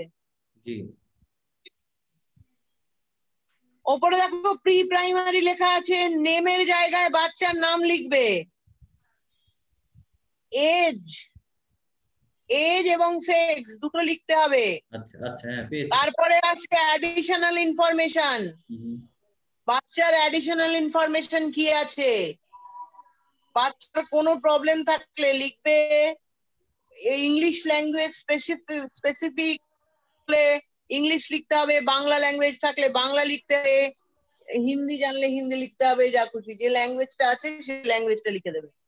ল্যাঙ্গুয়েজ বলে লিখে দিতে পারো, বা আদার্স কোনো সমস্যা বাচ্চারা আছে, মাল্টিপল ডিসেবিলিটি হলে মাল্টিপল ডিসেবিলিটি লিখতে পারো, অ্যাসোসিয়েটেড ডিসঅর্ডার, অটিজমের সঙ্গে মেন্টাল রিটার্ডেশন থাকলে বা আদার্স কিছু থাকলে সেগুলো ওখানে লিখতে মেনশন করতে হয়। ফার্স্ট ইয়ার, প্রথম বছর বাচ্চাকে তোমরা যখন পেলে, শুরুতে এন্ট্রি লেভেল বলে একটা কথা আছে, সেই এন্ট্রি লেভেলে তুমি যেটা ফিল আপ করবে সেটা করলে। এবার 3টে টার্ম আছে, first term, second term, third term. 1 বছরকে 3টে ভাগে ভাগ করব আমরা, তাহলে কমাস করে হয় 4 মাস করে। 4 মাস করে। প্রথম এন্ট্রি লেভেলে বাচ্চাকে অ্যাসেস করব, ও কি কি পারে কি কি পারে না, এমডিপিএস এ যেরকম করেছিলাম। এবার যেগুলো পারে না সেগুলোকে গোল হিসেবে নেব, সেই গোল হিসেবে নিয়ে এন্ট্রি লেভেলে আমরা টাস্ক অ্যানালিসিস করে আলাদা একটা শীট এর মধ্যে ঢোকাবো, আর কি কি গোল নিলাম সেই গোল শীটটা রাখার পরে 4 মাস ধরে বাচ্চাকে রেগুলার ওই কাজগুলো করাবো। 4 মাস পরে ডেট অফ ইভ্যালুয়েশন, যেদিন বাচ্চা এন্ট্রি হলো সেদিন একটা ইভ্যালুয়েশন হবে, তার একটা ডেট লিখতে হবে। 4 মাস পরে প্রথম টার্মে ডেটটা লিখে দিতে হবে। এন্ট্রি লেভেলে যে টোটাল স্কোর হলো সেই টোটাল স্কোরটা এখানে লিখতে হবে, তারপর তার পার্সেন্টেজ বার করতে হবে। করে আমি একটা গোল নিলাম, ওই গোলটা নেওয়ার পরে এবার 4 মাস ওই গোলটাকে নিয়ে টানা কাজ করাতে হবে, করে কতটা অ্যাচিভ করেছি সেই অ্যাচিভমেন্টটার ডেট, অ্যাসেসমেন্টের ডেটটা লিখতে হবে। কতটা অ্যাচিভ করেছি তার টোটাল স্কোরটা লিখতে হবে, তাহলেই বুঝতে পারবো এন্ট্রি লেভেলে যা টোটাল স্কোর ছিল 4 মাস পরে সেই টোটাল স্কোরটা বেড়েছে না একই আছে। যদি একই থাকে তাহলে আমার টিচিং স্ট্র্যাটেজি যা করেছিলাম, টাস্ক অ্যানালিসিস আমার ভুল হয়েছে, টিচিং প্ল্যান যেটা করেছিলাম সেটা আমার ভুল হয়েছে, টিএলএম যা ইউজ করেছিলাম টিচিং লার্নিং মেটেরিয়াল সেটাও আমার ভুল হয়েছে। তার মানে এই 4 মাস আমি সময়ের অপব্যবহার করলাম। করে এবার পার্সেন্টেজ কত বেরোলো সেটা দিতে হবে। যদি সেম পার্সেন্টেজ থাকে তাহলে আমার টিচিং প্রসিডিওর ভুল, আমাকে মডিফাই করতে হবে সেকেন্ড টার্মে। টার্গেট আমায় ওভারকাম করতেই হবে, তার মানে ফার্স্ট টার্মে যদি টার্গেট আমি ওভারকাম না করতে পারি, সেকেন্ড টার্মে সেম টার্গেট নিয়ে আমাকে কাজ করতে হবে। তখন দেখবো টোটাল স্কোর লিখবো, তার পার্সেন্টেজ লিখবো, দেখবো পার্সেন্টেজ বেড়েছে। যদি বাড়ে তখন থার্ড টার্মে আর নতুন গোল অ্যাড করব, আদারওয়াইজ ওই একই গোল নিয়ে আমরা কাজ করব। আফটার 1 ইয়ার, থার্ড টার্মের পরে অল ওভার টার্গেট আমাকে বাড়াতে হবে। এখানে আমার যে স্কুল যদি কেউ নিয়ে ভাবো, বা যারা স্কুল করাচ্ছ তারা স্পেশাল এডুকেটর বা তাদের স্কুলকে প্রশ্ন করতে পারো যে 1 ইয়ার আমার কোথায় অ্যাচিভমেন্ট দেখাচ্ছেন দেখান। আমি কোথাও দেখতে পাচ্ছি না অ্যাচিভমেন্ট, কারণ এখানে আমার ডেট অফ ইভালুয়েশন গুলো রয়েছে। 4 মাস অন্তর অন্তর আমি ওই একই 3টে কাজ নিয়ে বা 4টে গোল নিয়ে কাজ করেছি, তার টোটাল স্কোর আমার প্রথম এন্ট্রি লেভেলে যা ছিল 1 বছর পরেও সেটাই রয়েছে। লাল মার্ক করে দিয়ে পেরেন্ট সিগনেচার করে দিয়ে যাবে যে গোল অ্যাচিভ হয়নি, পার্সেন্টেজে রেড মার্ক দিয়ে পেরেন্ট সিগনেচার করে দিয়ে যাবে। এবং তোমরা পেরেন্টরা প্রশ্ন করতে পারবে স্কুলে 1 বছর থাকার পরে এই গোলগুলো অ্যাচিভ হলো না কেন? First year, second year, third ইয়ার 3 বছর করে এক একটা বুকলেট কাজ করে। 3 বছরের মধ্যে আমার বুকলেটে 80% অ্যাচিভ করে যেতেই হবে, না করলে অন্তত 50% অ্যাচিভ করতে হবে, তবে আমি পরের বুকলেটে যাব। টার্গেট দেখেছো? স্পেশাল এডুকেটররা নাক কানি চোকানি খাবে এই কাজে। এই টার্গেট না নিলে কোনোদিন হঠাৎ করে দেখবে, ওই জন্যই বলছিলাম যে মানে পার্ট 1 এর ক্লাসে বলছিলাম যে বাংলাদেশের ডেভেলপমেন্ট, ইন্ডিয়া ডেভেলপমেন্ট তোমরা দেখতে পাবে যদি যে স্কুলগুলোতে কাজ হয়, যেমন দেখো দুর্গাপুর স্টারে এই ফরম্যাটে কাজ হয়। এই ফরম্যাটটা আমারই ফলো করা, ওদের এই ফরম্যাটটা আমি শিখিয়েছি হাতে ধরে, ওরা এখনো ভালো করে শিখে উঠতে পারেনি, ওই জন্যই পার্ট 2টা ওরা জয়েন করবে পরের ক্লাসে। এই ফরম্যাট ধরে ওদের ওখানে সবে স্টার্ট হয়েছে, তার আগে ছিল না। কারণ পেরেন্টদের মুখ বন্ধ হয়ে যাবে যদি এই ফরম্যাট ফেলে আমরা দেখিয়ে দিতে পারি যে দেখো আমরা এই এন্ট্রি লেভেলে পেয়েছি। আমি যেটা কাজ করি, আমি এন্ট্রি লেভেলে আমার বাচ্চাকে এই পেয়েছি, তোমার এত পার্সেন্টেজ, এত কিছু করা রয়েছে, দেখে নাও। এন্ট্রি লেভেলের পরে এই ডেভেলপমেন্ট আমি 1 বছরে দেখাতে পেরেছি, এবং নিজেও দেখতে পাচ্ছি 4 মাসে আমি 3টে গোল নিয়েছি, আমি অ্যাচিভ করতে কেন পারলাম না? This is the technique. এই টেকনিক ছাড়া কিন্তু আর কোনো টেকনিক নেই স্পেশাল এডুকেশনের জন্য। আর কোনো ওষুধ বেরোয়নি, কোনো ম্যাজিক ছড়ি নেই, বাচ্চার গায়ে ছুঁয়ে দিলাম, মাথায় ছুঁয়ে দিলাম, বাচ্চা চেঞ্জ হয়ে গেল। একমাত্র এটা রাস্তা। 3টে বছর ধরে একটা বুকলেট কমপ্লিট করার সময় পাবে। পরের এতে চলে যাও, পরের বুকলেটে চলে যাও, অ্যাক্টিভিটি দেখো, পার্সোনাল এরিয়া। এই যে মোটর এরিয়াটা পেয়েছি, আমার এমডিপিএস এ মোটরের কি কি ডেভেলপমেন্ট হয়েছে, সেই মোটর এরিয়ার ডেভেলপমেন্ট গুলো সব আমার পার্সোনাল এরিয়া চলে আসবে। দেখো পার্সোনাল এরিয়ায় এই ফাংশনাল অ্যাসেসমেন্ট চেকলিস্ট এমডিপিএস এ যেমন পারে এ, না পারলে বি দিয়েছি, কিন্তু এখানে আমি যখন অ্যাসেস করব, এখানে অ্যাসেসমেন্টে দেখো নিচে কিছু সিস্টেম দেওয়া আছে, কিওয়ার্ড দেওয়া আছে। একটা হচ্ছে প্লাস সাইন। প্লাস সাইন মানে ইয়েস, একদম ইন্ডিপেন্ডেন্টলি পারে, এটা হবে প্লাস। যখন আমি বাচ্চা দেখবো অকেশনালি পারে, অনেকে বলেছো ক্লাস করতে করতে শাহিদ ভাইয়ের খুব কষ্ট হচ্ছে আজকে। না না না বলুন, আমার আসলে আরো কাজ আছে। আর দিদি যেটা বলতে চাচ্ছিলাম, আপনাকে করতে চাইনি, মানে ইন্টারাপ্ট করতে চাইনি, আপনি একটু কন্টিনিউ করেন, আমি নামাজ পড়বো আর আমি আছি, আপনারা করেন, কথা চালান।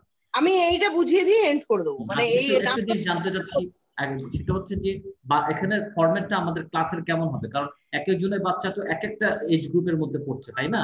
আমরা কি সবাই সবগুলো করবো এরকম একটা ব্যাপার? আপনি সেটাই বলছেন। তাহলে যাকে যে বয়সটা দিয়েছি আগে সে অ্যাসেস করো সেই বয়স ধরে। আচ্ছা, তাহলে কি আপনি একবার প্রত্যেকটাই একবার করে বুঝিয়ে দিবেন অ্যাটলিস্ট, নাকি? কিছু বোঝাতে হবে না, প্রত্যেকটা ফরম্যাট এই একই কিওয়ার্ড দিয়ে অ্যাসেস করা হবে। ওই জন্য এই কিওয়ার্ডটা বুঝে দিলে আজকে বাচ্চা প্রি প্রাইমারি থাক বা ভোকেশনাল থাক বা প্রাইমারি থাক বা সেকেন্ডারি থাক, যে কোনো গ্রুপে থাকে, বাচ্চা যদি পুরো ইন্ডিপেন্ডেন্টলি পারে যে কাজটা, সে কাজে প্লাস পাবে। বুঝতে পারছো? আমরা যেটা এ দিতাম সেটা এখানে ভাগ করে দেওয়া হয়েছে, প্লাস আরো স্পেসিফিক এইটাই বলছিলাম যে একদম স্পেসিফিক চলে যাব আমরা সেকেন্ড প্রোগ্রামে। এবারে দেখো, যদি বাচ্চা অকেশনালি পারে, মাঝে মাঝে পারছে মাঝে মাঝে পারছে না, অনেকেই পার্ট 1 এ বলছে, কোনো দিন বলছে, মনে আছে তোমরা পার্ট 1 এর ক্লাসে এমডিপিএস করতে গিয়ে বলেছো কখনো কখনো পারছে, কখনো কখনো পারছে না। তাহলে এবার কখনো পারছে কখনো পারছে না, কি দেবো? এমডিপিএস হলে এ দেবো না বি দেবো, বুঝে উঠতে পারছি না। বুঝতে পারছো? তখন আমি বলি আরো কিছু ট্রেনিং দরকার, বি দিও। কত পার্সেন্ট পাচ্ছে? 5 বার ট্রাই করলে 3 বার পারছে, 2 বার পারছে না, না 3 বার পারছে না 2 বার পারছে। যদি 3 বার পারে, দুবার না পারে তাহলে এ দাও, আর যদি 3 বার না পারে 2 বার পারে তাহলে বি দাও। এরকম ভাবে বলেছি তো এমডিপিএস এ। জি ঠিক দেখো এই অকেশনালি এখানে সি আছে, যখন বাচ্চা মাঝে মাঝে পারছে মাঝে মাঝে পারছে না, তখন আমি সি মার্কিং করব, সি লিখবো। সি লেখা মানে অ্যাসেসমেন্টে বুঝবো অকেশনালি পারছে অকেশনালি পারছে না, ওটার ওপর আমরা আরো ড্রিলিং করব, জি প্র্যাকটিস করব। আর একটা জিনিস দেখো, নট অ্যাপ্লিকেবল এন এ। ধরো যে বাচ্চা সিপি বাচ্চা উঠে বসতে পারছে না, সে সিঁড়ি ভাঙবে কি করে? রাইট তার ক্ষেত্রে সিঁড়ি ভাঙাটা, র্যাম্প ইউজ করাটা তার ক্ষেত্রে পসিবল। তার ব্যারিয়ার ফ্রি এনভায়রনমেন্ট করতে গেলে আমাকে র্যাম্প লাগবে, তাকে সিঁড়ি কখনোই দেওয়া যাবে না, নট অ্যাপ্লিকেবল। মানে এই বাচ্চাকে যেমন মহসিন ভাইয়ের বাচ্চা ছিল, জুতো ছাড়া হাঁটা নট অ্যাপ্লিকেবল, জুতো ছাড়া ওকে হাঁটানো যাবে না, এন এ। তারপরে এন ই, এইটা তোমরা ভালো করেই বুঝেছো এমডিপিএস করতে গিয়ে, নট এক্সপোজার। বাচ্চাকে আমি এক্সপোজারই দিইনি, বাচ্চা পারবে না। সেখানেই বাচ্চা বি পেয়েছে এমডিপিএস এ, কেন বি পেয়েছে? নট অ্যাপ্লিকেবল এর জন্য বি পেয়েছে না, নট এক্সপোজারের জন্য বি পেয়েছে। এন এর জন্য বি পেলো না এন এর জন্য বি পেলো? বাচ্চা বি পেয়েছে। এমটিপিএস এর বিটাকে এখানে ভেঙে ভেঙে একদম স্পেসিফিক করেছে, কারণ একদম বাচ্চা বি পেয়েছে, কেন? সি সেলডম অকেশনালি করছে, তাই সে বি পেয়েছে। বুঝতে পারছো? আরো স্পেসিফিক, আরো ভেতরে চলে যাচ্ছে এই ট্রেনিংটা, মানে সেকেন্ড পার্টটা।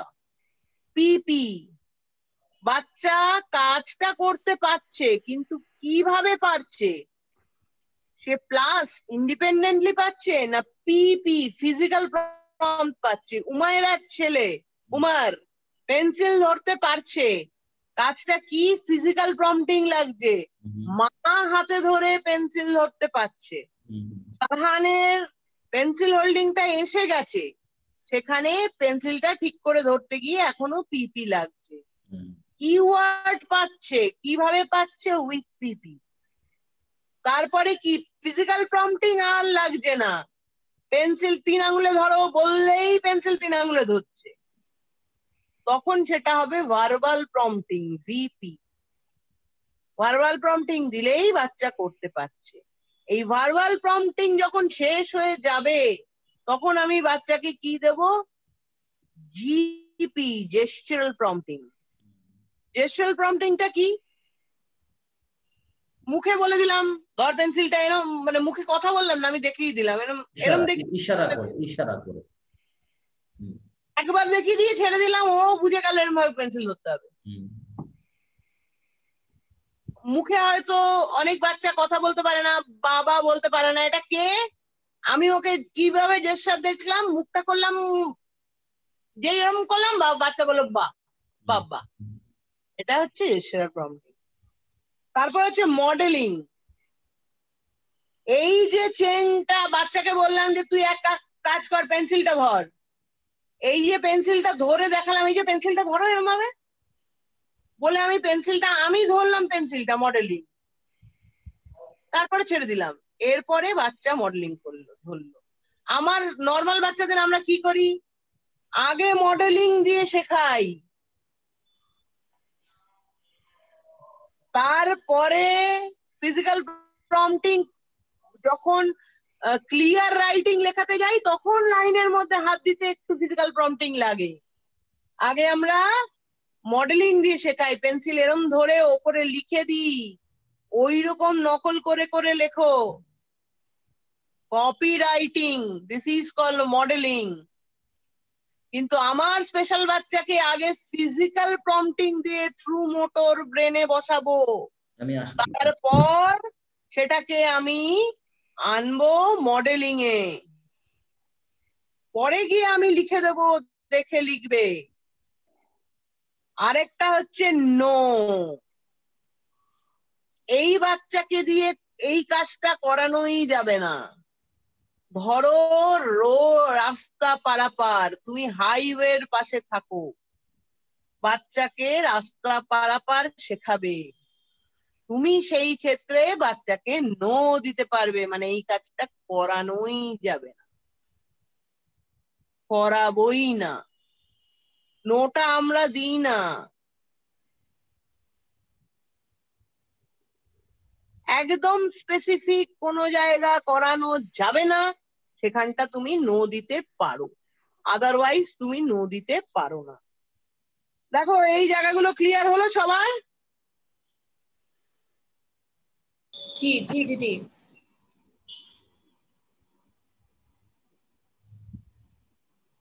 সে কথা বলো, ক্লিয়ার হলো তোমার এই জায়গাগুলো? হ্যাঁ হ্যাঁ, এগুলো ঠিক আছে। তাহলে এবার বুঝেছো কে কোন কোন কাজগুলো নেবে, গ্রুপটা নিয়ে কাজ করবে। দেখো কি কি এরিয়া আছে, একটা পার্সোনাল এরিয়া আছে, একটা দেখো সোশ্যাল এরিয়া আছে এক একটা গ্রুপের আন্ডারে, আর একটা একাডেমিক এরিয়া আছে, আর একটা তোমার আছে অকুপেশনাল এরিয়া, আর একটা তোমার আছে রিক্রিয়েশনাল এরিয়া, আর কোনো এরিয়া নেই। এই তোমাদের রুটিন করতে শিখিয়েছিলাম। এই দেখো রিক্রিয়েশনাল এরিয়ায় দুটো গেম প্ল্যান আছে, একটা হচ্ছে ইনডোর গেম, একটা হচ্ছে আউটডোর গেম। তোমাদের রুটিন করতে শিখিয়েছিলাম, বিকেল বেলা খেলা রাখতে বলেছিলাম। খেলা মানে কি? আউটডোর গেম, যেটা আউটডোরে বাচ্চাকেই খেলাতে হবে। আর বলেছিলাম রিক্রিয়েশন এরিয়া, ইনডোর গেম। যখন তোমরা কাজে ব্যস্ত থাকবে দুপুর বেলার আগে 12টা 11টা 12টার দিকে যদি মনে করো বাচ্চাকে খেলতে ছাড়তে পারো, তখন কি খেলাবে ইনডোর গেম প্ল্যান করতে হবে। লিখেছিলাম, বলেছিলাম রুটিনের সময়, তোমাদের মাথায় আছে কিনা জানি না। রুটিনটা করো, দুবার গেম প্ল্যান করো। দেখো যদি আমি কোর্সে মানে পার্ট 1 কোর্সটা না করতাম তাহলে এই জায়গাগুলো রিলেট করতে পারতাম না। ইনডোর গেম একটা পার্টে রাখবো যেখানে আমি বাড়িতে বসে কি কি করব, ওয়াচিং টিভি দেখতে পারি, ডান্স করতে পারি, ক্ল্যাপ করতে পারি, ট্যাপ করতে পারি উইথ রাইম মিউজিক, রেডিওর সঙ্গে নাচ করা, হাততালি দেওয়া, দোলা, সব করতে পারি। আমার বাচ্চা দুলতে ভালোবাসে, ওকে ওই টাইমটা দাও দোলবার জন্য, গান চালিয়ে দাও, ওর মতো দুলবে, একটা টাইম ফিক্স করে দাও, এই টাইমটা তোমার এই indoor recreation game. Play with block নিয়ে খেলতে পারো, কালার পেন্সিল ক্রেয়ন নিয়ে খেলতে পারো, হ্যাঁ প্লেস মেক বিলিভ গেম, তুমি যত ইনডোর গেম আছে ওই টিচার খেলতে পারো, মাম্মি খেলতে পারো, ড্যাডি খেলতে পারো। কেন? ইমিটেশন স্কিল বাড়াতে হবে। আমার ছোট বাচ্চা স্কুল থেকে এসে পুতুলকে স্টুডেন্ট বানিয়ে নিজে টিচার হয়ে লাঠি নিয়ে স্কেল নিয়ে খেলে টিচারের মতো। This is the imitation skill.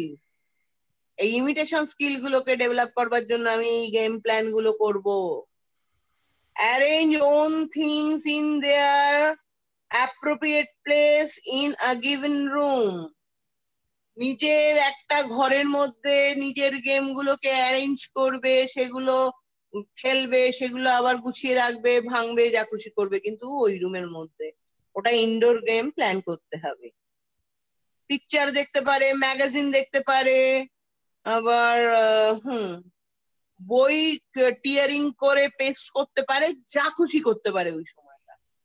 আর একটা হচ্ছে বিকেলবেলা আমাকে আউটডোর গেম দিতেই হবে। বল নিয়ে খেলবে, দৌড়বে, ক্যাচ করে খেলবে, ক্লাইম্ব করবে, মানে মই লাগিয়ে দেবে ঘরের মধ্যে, মই বেয়ে উঠবে, মই বেয়ে নামবে, সিঁড়ি বেয়ে উঠবে, সিঁড়ি বেয়ে নামবে, ওয়াটার প্লে করতে পারে, জলের মধ্যে খেলতে পারে, হাইড অ্যান্ড সিক করতে পারে, যে কোনো সুইং করতে পারে, দোলনা চড়তে পারে, আমরা যা যা করি, স্লাইড করতে পারে। প্রত্যেকের কিন্তু অকুপেশন থেরাপির সঙ্গে প্রত্যেকটা রিলেটেড। এই গেম প্ল্যানটা করতে হবে। এই যখন আমি গেম মানে রিক্রিয়েশন এরিয়ায় কাজ করব তখন আমি প্লাস মাইনাস দেব না, তখন আমাকে রিক্রিয়েশন এরিয়ায় কি দিতে হবে, এ মানে taking initiative and participate effectively, মানে নিজে এফেক্টিভলি কোনো কাজে পার্টিসিপেট করছে, খেলার মধ্যে পার্টিসিপেট করছে এবং ইনিশিয়েটিভ নিয়ে সেটা খেলছে। যদি বাচ্চা সেটা না করে, পার্টিসিপেট এফেক্টিভলি হোয়েন ইনিশিয়েটেড, যদি অন্য কেউ ইনিশিয়েটিভ নেয় তখন সে পার্টিসিপেট করছে, তাহলে তাকে বি দিতে হবে। এরপরে কি আছে, ডি। ডি এর পরে অবজার্ভ উইথ ইন্টারেস্ট, না তার আগে একটা কিছু আছে, হ্যাঁ সি আছে, সরি সি আছে, involve self but not aware of rule, does not cooperate. ব্যাপারটা কি, ইনভলভ হচ্ছে, খেলছে খেলার মধ্যে, বাট নট অ্যাওয়ার, নিজে আবার নয়, তার রুলস, গেমের রুলস গুলো জানে না, অথবা ডাজ নট কোঅপারেট, এই রুলস আর মানছে না। কিরকম, ক্যারামের, ধরো বাচ্চাকে ক্যারাম প্ল্যান করলে, ও ক্যারাম খেলছে, ও আর কাউকে মারতে দেবে না, ওই গুটি মারবে, আর গুটি মেরে একটা গুটিকে মেরে পকেটে ফেলবে, সেই রুলস গুলো ও মানবে না, কিন্তু ও খেলছে। এইটা মানে সি। তার মানে কি, ওকে এই সি থেকে রুলস মানিয়ে খেলার নিয়ম করে ইন্ডিপেন্ডেন্ট শেখানো পর্যন্ত পুরো গেমটা ওকে শেখাতে হবে। তারপরে আর একটা কি আছে, D, observe with interest.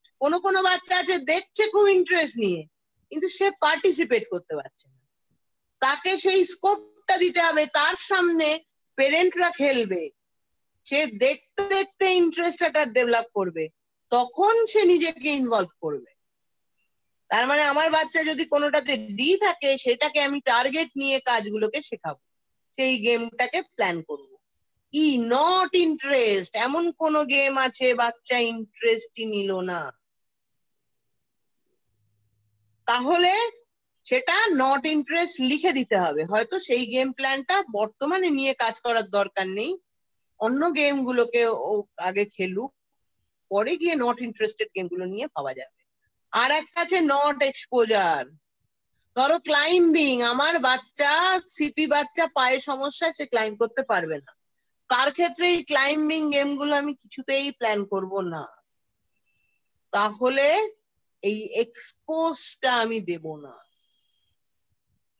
NE, not exposed.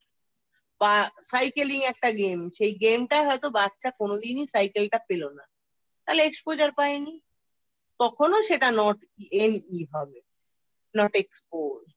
Are not exposed এর উপর আমি পরে কাজ করব, তখন আমি ভেবে দেখবো নট এক্সপোজটা কিসের জন্য, ওর শারীরিক সমস্যার জন্য নাকি মানে এনভায়রনমেন্টাল ফ্যাক্টরস কাজ করছে। দুটো যদি শারীরিক সমস্যা যদি না হয়, তাহলে আমরা সেই গেমগুলো এক্সপোজ দেব না। যদি এনভায়রনমেন্টাল প্রবলেম হয়, সেই এনভায়রনমেন্টাল প্রবলেমটা যদি ওভারকাম করা যায়, তখন তাহলে ওটাকে ওভারকাম করে আমরা এক্সপোজটা দেব। বোঝাতে পারলাম?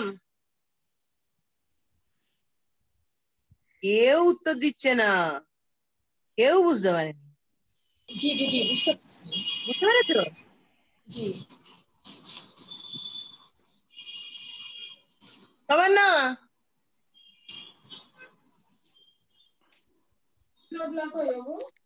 জি দিদি, বলো। আমার তো সব গুলায়ে যাচ্ছে, আমি আর একটু কালচার করি, তারপর। গুলিয়ে যাচ্ছে? কোথায় গুলছে? ভোটটা কোথায় পাকাচ্ছে? তোমরা MDPS টা করে এসছো, তোমাদের জি। যদি গুলিয়ে যায় তাহলে বলো, অনেকে আমাকে বলেছে যে আমি পার্ট 1টা করবো না, আমি পার্ট 2টায় যাবো, তাহলে তার কি অবস্থা হবে? জি জি, আর ওই সামনে কাগজটা নাই তো, যার জন্য আরো তুমি ভালো এখন করে দেখতে পাচ্ছি। দেখছো জি জি, পেয়েছি। আমি হোয়াটসঅ্যাপ? কালকে, জি কালকে আমি প্রিন্ট আউট করে তুমি নিব। হোয়াটসঅ্যাপে, তোমার মোবাইলে হোয়াটসঅ্যাপটা দেখে নাও, একবার পড়ে জি নাও, দেখেছি। জি তোমার জি যদি মনে হয় তুমি রাত্রে ফোন করতে পারো। জি। সোমা, আর ওই সোমা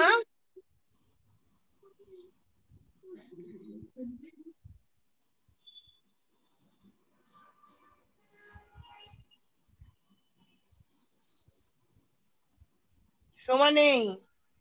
না দিদি বলেন, মনে মনে আশেপাশে নাই কোথাও।